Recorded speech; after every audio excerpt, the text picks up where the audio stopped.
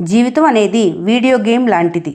మీరు వెళ్తున్న దారిలో శత్రువులు ఉన్నారంటే మీరు సరైన దారిలో వెళ్తున్నట్లే.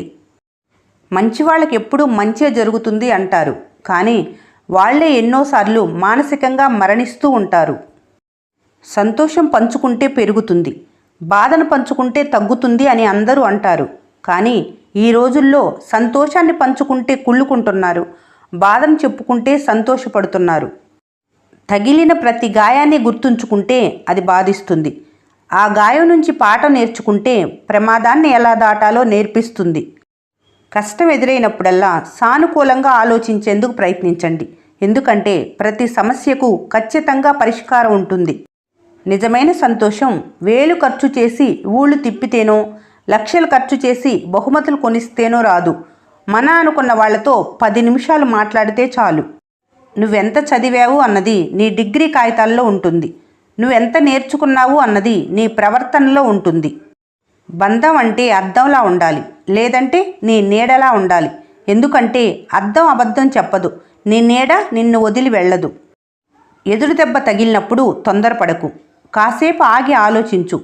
జీవితం నీకేదో నేర్పటానికి ప్రయత్నిస్తుందని గ్రహించు.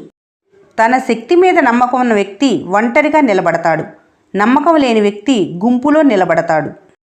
ఆలోచించి తీసుకున్న నిర్ణయం, కష్టపడి దక్కించుకున్న అవకాశం, ఓటమి నేర్పిన అనుభవం, గొప్ప వ్యక్తిత్వం వల్ల వచ్చే అభిమానం ఎప్పటికీ వృధా కావు. బంధమైన బంధుత్వమైనా అది ఈ జన్మకే కావచ్చు. ఎందుకంటే మరో జన్మ ఉంటుందో లేదో తెలియదు. అందుకే ఎవరిని దూరం చేసుకోకండి, మరలా దగ్గరవడం కష్టం.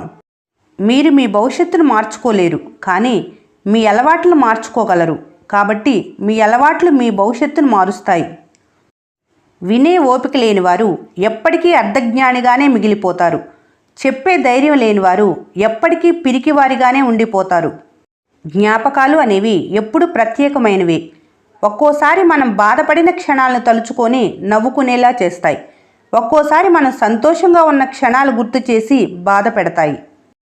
డబ్బును బట్టి, స్థాయిని బట్టి ఎప్పుడూ గర్వపడకు. ఎందుకంటే జీవితం చదరంగం లాంటిది. ఆట ముగిశాక రాజు, బంటు చేరేది ఒక పెట్టెలోకే. కష్టం పాఠం నేర్పిస్తుంది, కాలం పరీక్ష పెడుతుంది. భయపడి తప్పుకుంటావో, తట్టుకొని నెగ్గుకొస్తావో నీ చేతుల్లోనే ఉంది. అవసరమైన చోట తగ్గితే మనిషి ప్రాధాన్యత పెరుగుతుంది. అన్ని చోట్ల తగ్గితే విలువ లేకుండా పోతుంది. దేవుడు ప్రపంచాన్ని చాలా అద్భుతంగా సృష్టించాడు. 100 కేజీల ధాన్యం బస్తాను మోయగలిగే వ్యక్తి దానిని కొనలేడు. అలాగే దాన్ని కొనగలిగే వ్యక్తి దాన్ని మోయలేడు. ఒకసారి నిర్ణయం తీసుకున్న తర్వాత దాని గురించే ఆలోచిస్తూ మనసు పాడు చేసుకోకూడదు. నిర్ణయం సరైంది అయితే విజయం సాధిస్తాం, లేకుంటే నేర్చుకుంటాం. చేజారిన ఒక నిమిషాన్ని భూమిపైన ఉన్న ఏ సిరి సంపద తిరిగి ఇవ్వలేదు. చెప్పుడు మాటలు విని నోరు జారవద్దు. మీరు విన్నది, అన్నది నిజం కాదని తెలిస్తే ఇప్పటి వరకు మీపై ఉన్న గౌరవం, నమ్మకం పోతుంది. ఆ తర్వాత ఎంత బాధపడినా ప్రయోజనం శూన్యం. కోపంగా మిమ్మల్ని వదిలి వెళ్ళేవారు ఏదో ఒక రోజు తిరిగి వస్తారు. మౌనంగా మిమ్మల్ని విడిచి వెళ్ళేవారు ఇక ఎన్నటికీ తిరిగి రారు. బంధాలు ఎప్పుడు ఊరికే దూరం కావు. నిర్లక్ష్య ప్రవర్తన, అహంకారం, తక్కువ చేసి మాట్లాడటం వంటి వాటి వల్లే దూరం అవుతాయి. ఒక దారి మూసుకుపోయినప్పుడు తప్పకుండా మరొక దారి తెరిచి ఉంటుంది. దాన్ని గుర్తించగలగటమే విజయానికి మార్గం. ఏదైతే ఖచ్చితంగా కావాలని కోరుకుంటావో అది సులభంగా అందకపోవచ్చు. నువ్వు ఎంతలా కోరుకుంటే అంతకు మించి కష్టపడితే తప్పక దక్కుతుంది. మార్పు నిన్ను గమ్యం వైపు అడుగు వేయిస్తే ఓర్పు నిన్ను గెలుపుకు దగ్గర చేస్తుంది. అందరితో బంధాలు కలుపుకోవటం గొప్ప విషయం కాదు, కలుపుకున్న బంధం నిలుపుకోవటమే గొప్ప విషయం.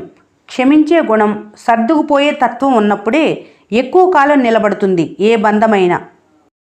స్వచ్ఛత లేని స్నేహాలకు, విలువ ఇవ్వని బంధాలకు, బాధ్యత లేని అనుబంధాలకు మౌనంగా దూరం అవ్వటమే మంచిది.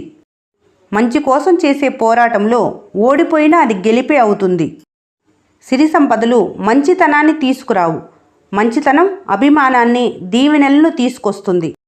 మనం సంతోషంగా ఉన్నప్పుడు మనతో కలిసి నవ్విన వాళ్ళను మర్చిపోవచ్చు, కానీ మనం కష్టాల్లో ఉన్నప్పుడు మనతో కలిసి ఏడ్చిన వాళ్ళను ఎప్పటికీ మర్చిపోకూడదు. ఎదురైతే పలకరించే వాళ్ళు ఎందరో ఉండొచ్చు, కానీ ఎదురు చూసే వాళ్ళు ఉండటం ఎంతో అదృష్టం. కారణం లేకుండా నిందించే వాళ్లకు సమాధానం చెప్పకుండా మౌనంగా ఉంటే అనటానికి అవకాశం ఇచ్చినట్లే. మన చుట్టూ ఉన్న వారిలో నటించే వారే ఎక్కువ ఉన్నారు. ఎవరి స్వార్థాలు వారివి. నటించే మనుషుల మధ్య మంచివాళ్ళు ఒక ఆట వస్తువు మాత్రమే. అహంకారం ప్రతి ఒక్కరి నుండి, ఆఖరికి భగవంతుడి నుండి కూడా దూరం చేస్తుంది. కాబట్టి అహంకారాన్ని వదిలేయండి. సాధ్యం కాదన్న భావన మనసులోంచి తొలగటమే విజయ పదంలో తొలి అడుగు.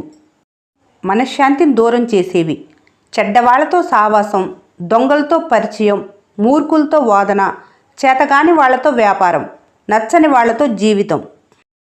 డబ్బు కన్నా విలువైంది మనశ్శాంతి. ఎందుకంటే దాన్ని ఎవరూ మనకు అప్పుగా కూడా ఇవ్వలేరు. దేవుడు నిన్ను వదిలేయలేదు. నీ కష్టాన్ని చూసి దూరంగా ఉండలేదు. ఇది పరీక్షాకాలం మాత్రమే. దాన్ని గెలిస్తే అల్లా నీకు చక్కటి జీవితాన్ని అందిస్తాడు.